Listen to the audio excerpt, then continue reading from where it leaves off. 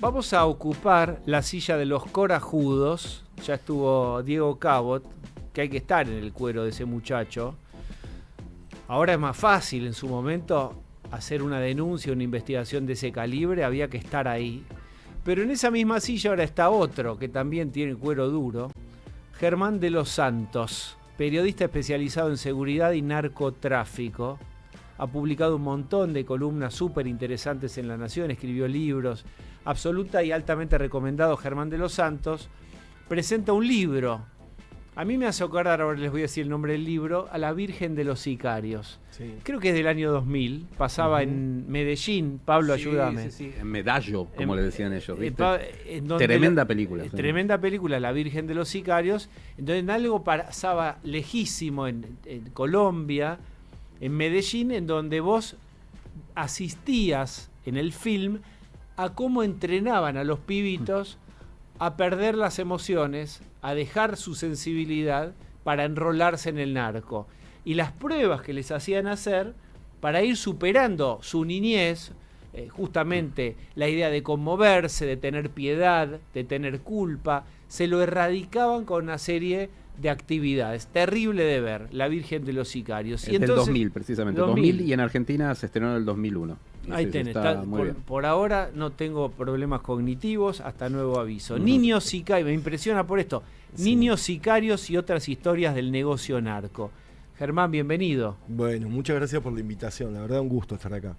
Yo tomé mucho de ese libro de César Vallejo, de La Virgen de los Sicarios, porque había algo que a mí también me preocupaba mucho, sobre todo porque no lo lograba como desmantelar, que es el tema de un chico de 15, 14 años que mata a alguien que no conoce.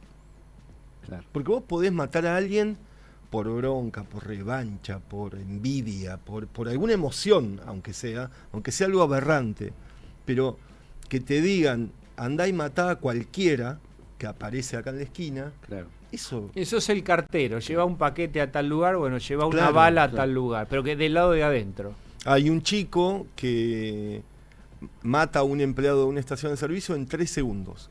3 tiros en la cabeza en 3 segundos. O sea, funciona como una especie de máquina de matar. Y que después, al otro día, con la poca plata que cobra, son menos de $200, menos de $200. ¿Un sicario? Estos pibes que son sicarios descartables. Lo digo porque lo dicen los propios fiscales, porque después los iban a matar a todos.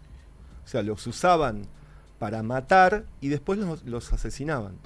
Por trabajo, digamos, $200 por ese trabajo. Sí, pero y al otro día... ¿Ahora es Argentina ese precio o en la película? No, Argentina. En Rosario. Argentina 2024. Vamos, eso, al pibe, al playerito pobrecito que revientan en una estación de servicio de Rosario, que todos vemos la imagen de la cámara de del lugar de seguridad, que lo quema, pero nada, con una frialdad tremenda. ¿Ese pibe cuánto pudo haber cobrado por matar? Cobró $200.000.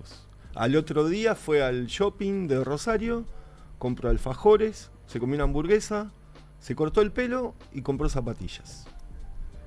Y fue adolescente como era. Y de noche era otra cosa. Adolescente de día, sicario de noche. Claro. Y después ya había matado 2 personas. Eso fue lo que a mí como que me llamó muchísimo la atención y digo, acá hay que como profundizarlo. Y me puse a verlo y no hay una cuestión de que sea por el interés por la guita. Hay otra cosa, que es la pertenencia. Ah, mira qué punto. Claro. ¿Es más fuerte la pertenencia que la guita para un sicario? Sí, totalmente. Porque esto no había escuchado yo nunca. Yo pensé claro, que era la formar guita, parte la guita, de la algo, guita. Formar parte de algo que te da un poder muy fuerte en ciertos lugares, que es irradiar miedo. Estatus. El que irradia miedo tiene poder. Entonces, ¿cuál es la contracara de esto? El tipo que va a trabajar todos los días, que vuelve con las manos manchadas de cal, que los propios pibes me dicen el gil. O sea, nadie quiere ser el gil. Eso está, viste, hay una cuestión, se me vino a la mente, y porque lo citó Diego en realidad, el tema de la Virgen de los Sicarios, que hay una escena que a mí me acuerdo, no la volví a ver con el tiempo, pero me quedó muy grabada una escena de dos nenes, eran púberes, no eran adolescentes, con una chica uno, y le dice, acá estoy, voy a tratar de embarazarla para que me vengue, para que mi hijo me vengue. O sea, el puber ya pensaba en su muerte y que alguien... Entonces, esa escena estaba buenísima, porque explicaba lo difícil de erradicar eso, porque era una cuestión ya hasta cultural en Medellín. Exactamente. Y ahí esto que estás contando vos es muy es que jodido. Ese es un punto que yo para mí... ahí se trasunta. La plata es más fácil de manejar. Claro, el tema y que el Estado le cuesta muchísimo ver eso. Que hay... está atravesado culturalmente. Claro. En las cárceles yo me topo con... También me empiezo a sorprender de cosas que uno no... Pero que me empiezan a decir todos... Método del libro. Sí. ¿Fuiste a las cárceles a charlar con los sicarios? Sí.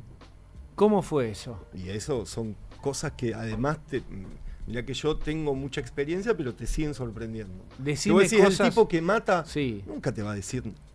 Y dentro del pabellón, cuando el guardiacárcel te cierra, porque vos quedás adentro, que eso es complicado. Una experiencia inmersiva. Sí, claro. Una experiencia inmersiva. Todas las personas que han ido me han contado que cuando se cierra la puerta atrás te corre frío por la espalda. Claro, y se derriban un montón de cosas, de prejuicios que uno tiene. El tipo se abre totalmente y te cuenta hasta llegar a un punto de decir, basta, no quiero tantos detalles. Porque si era por él... Claro, uno me contaba, por ejemplo, un tipo que prácticamente tenía muy poca educación, no había llegado ni a segundo grado de la escuela primaria. Y me decía que él cuando mataba cerraba los ojos. Porque no podía ver la mirada de la víctima. Porque me dice, me persigue. Qué sé yo, son... ¿Qué viste ahí en esos pibes que mataron? Porque uno creería que ahí hay un monstruo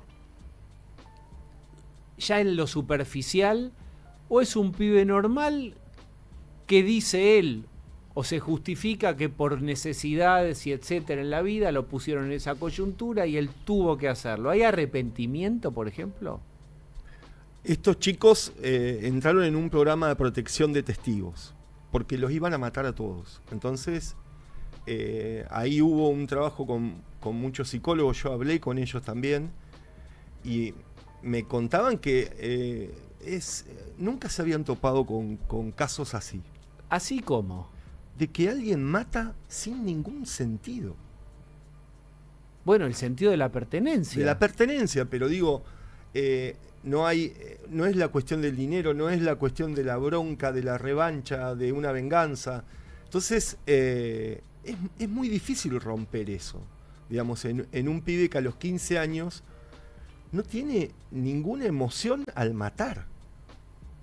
¿Y qué reflexión tienen sobre haber matado?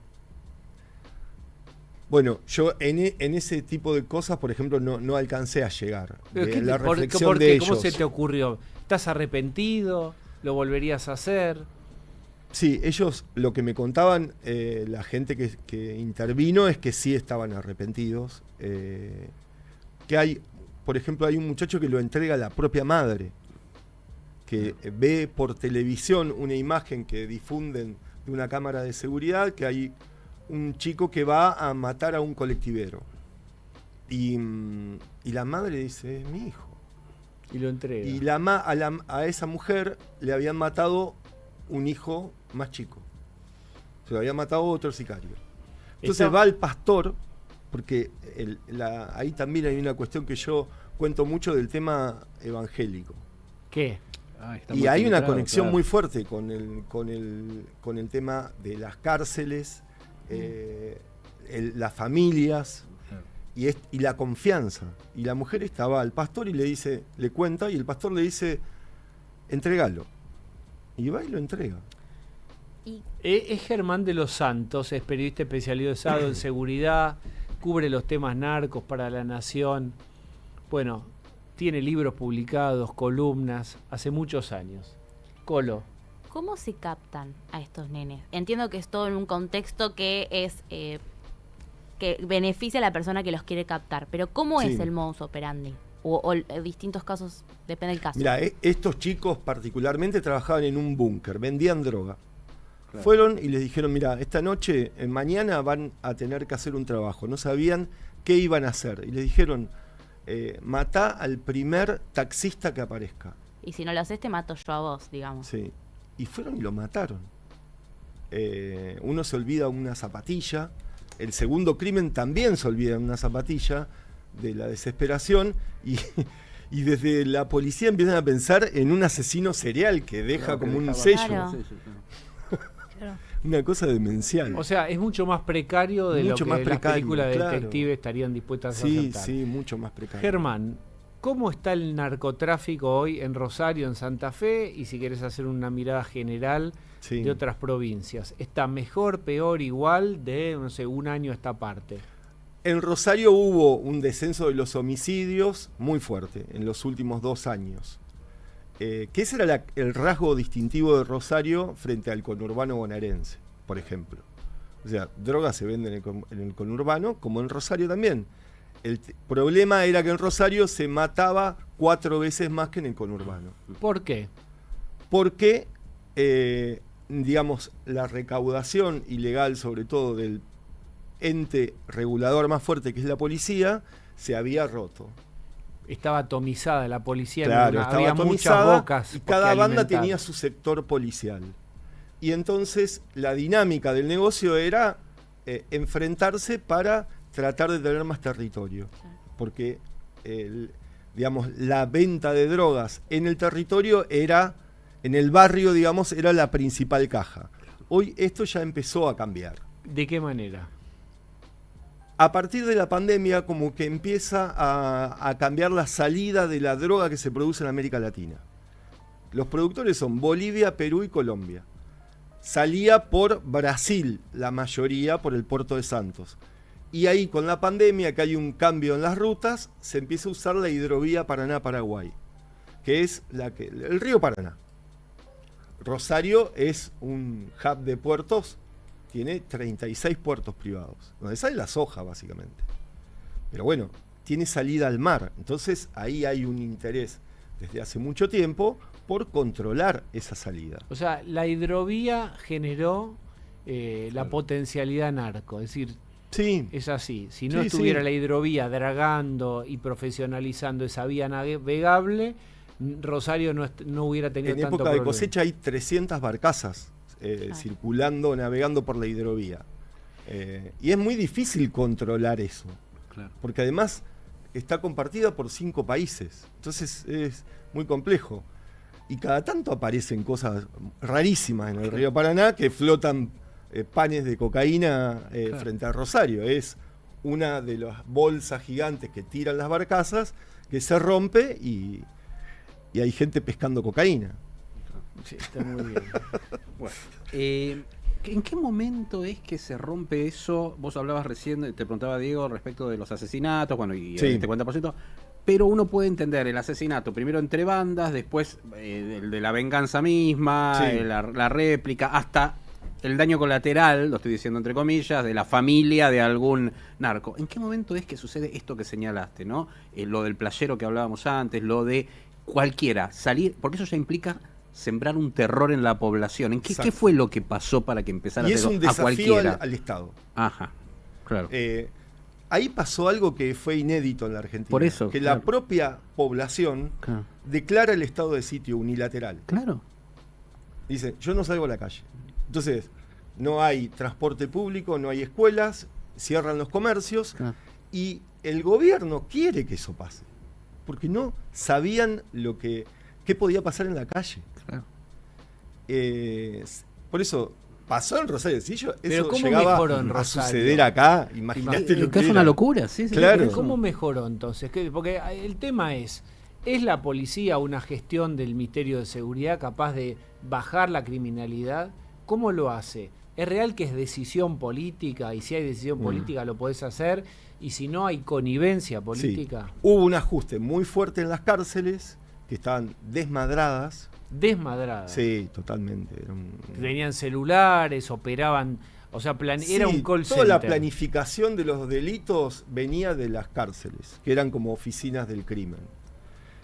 Y después también se reforzó la seguridad pública, el plan Bandera que también impulsa el gobierno nacional, sirvió, pero también hubo un cambio en la matriz de las bandas narco, de cómo entender el negocio. Escuchen esto, por favor. Presten especial atención porque algo me contó mientras teníamos música. Adelante, Germán. Que es, por un lado, parecerse más al conurbano bonaerense, decir, vende droga pero no mates.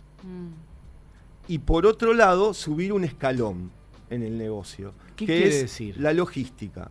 O sea, la droga que viene de los países productores y dominar como ese negocio que históricamente estuvo en manos de cárteles extranjeros, colombianos. Entonces, ¿qué eslabón de la cadena que lo hacían los extranjeros lo quieren hacer los argentinos?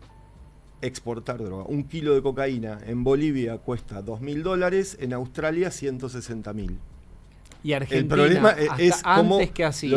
Cómo lo ubicás ahí. Bien, ¿qué hacían antes los argentinos narcos y qué quieren hacer ahora los argentinos? No hacían no estaban involucrados en ese negocio. Y ahora, como que hay una nueva camada, que incluso dejan de ser gente muy marginal, muy poco instruida, algunos sectores de clase media, estudiantes, gente que tiene título universitario, se empiezan a dedicar a este negocio que es... A la exportación de droga. La exportación y la logística. Pero ¿y cómo los dejan entrar? Porque no es fácil decir, chicos, bueno, cuando termino la radio tengo un proyecto para comenzar. Ahí hay no un riesgo muy fuerte que yo te decía antes, que era posiblemente el próximo problema, o el actual, sea no la cantidad de gente asesinada, sino quién y cómo. Se están secuestrando muchas armas, fusiles 5.56, para que la gente entienda, son los que usan los marines norteamericanos, que atraviesan una pared, un blindado. Pero ¿cómo está eso? Cuando vos tenés esas armas, sí, es para otra cosa, no es para simplemente amedrentar a otros. Porque sino que hay una cosa que siempre se decía, que el narco, por ejemplo, en Rosario era muy agresivo, muy homicida, pero muy precario. Era como, no estaban los hipopótamos de Pablo Escobar, no había toda una sofisticación. Eran medio malandras del narco. Ahora vos decís que están ascendiendo. Sí. Yo hablo en el libro, cuento, porque me reúno con varios de esta nueva generación, que es distinta. Y la iniciativa que hablan menos de violencia y más de negocios. Claro. Claro, por eso de plantear un MBA, capaz. Sí, claro. Bueno, en otros países lo tienen, Claro, el negocio agropecuario, ahora la ganadería, las estaciones de servicio, la inversión inmobiliaria. La organización, se organizan mejor. Están pensando a futuro también. Y esta idea de parecerse más... porque la muerte tampoco era un negocio. No es un negocio, claro. Y esta idea de parecerse más al conurbano, de ser una cosa... ¿Eso sale de esas mismas nuevas generación o hay alguien? Yo lo que te quisiera preguntar, es difícil de responder esto, pero si hay alguien desde este lado, que uno supone que es el del lado de la ley o de la política, que le dice, bueno, aplaquen lo que te preguntaba Diego, no jodan y parezcanse más al conurbano, lo dejamos. Eso existe. Es difícil, que es un mensaje, llamarle acuerdo, pero es decir... Porque pero pasa en Baltimore, en Estados Unidos, ¿viste The Wire? Claro, por eso el The Wire, vamos a decirlo, es una serie que pueden ver en HBO. Hay un capítulo que se llama Amsterdam, que es fantástico. Claro. Búsquenlo, creo que es 3ª temporada, donde este es todo el problema de corrupción policial, política, es la mejor serie de la historia. Algún día voy a dedicarle más tiempo, ahora estamos apurados.